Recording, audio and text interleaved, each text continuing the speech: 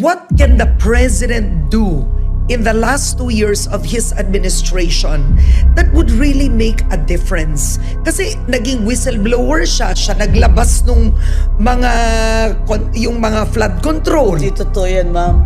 Because I think, eto na naman, prediction ko to, kaya makinig kayo lagi sa akin. Tunay akong analyst. Sa first 3 years nila, ang plano nila is kaukaw ng kaukaw.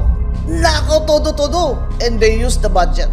That's why yung yan mortal sin nila to our democracy is that they used Congress to loot our taxes.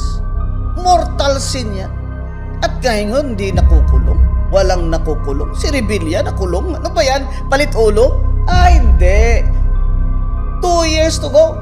Dapat ipakulong ni BBM si Romualdez para tumahimik ako at tumahimik yung mga tao who are supporting me. Bakit si Saldico ang binabanatan nyo? Sinasabi na ni Saldico na ang mastermind si Martin Romualdez na naghatid siya ng pera doon at kay Bongbong. Pinalayas nila kasi ayaw nilang magtestigo. Ngayon gusto na magtestigo, ayaw naman nilang pabalikin. Kunyari lang yun. Bakit si Senator Ping Lacson sa Blue Ribbon in-invite si mag-testify by Zoom, si Saldico? Nung lumabas na sa ibang network yung part 1, part 2, part 3 ni Saldico, ayaw na ipatestify doon by Zoom.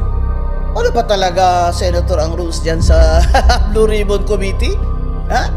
Dapat what is good for the goose is good for the gander. Diba? Ganun lagi yung mga Inglesero.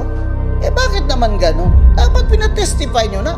Kasi kung pinatestify nyo yun, edi part of the records na yun ng Senado, ang sasabihin niya na naghatid siya ng pera sa kay Romualdez at sa bahay ni Bongbong at sa Malacanang.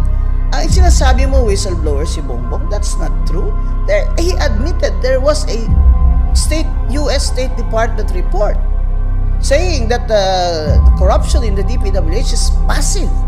That's why he did that. At saka, yun na nga ang analysis ko na 3 years come and then on the 4th year look like a hero. Hero ba siya? Naniniwala ba kayo na posibleng makasuhan at makulong si Martin Romualdez? Pwede.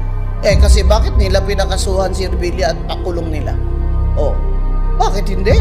Diba, ICI also, yun lang ang problema kasi sabi nila i-livestream nila, hindi nila livestream.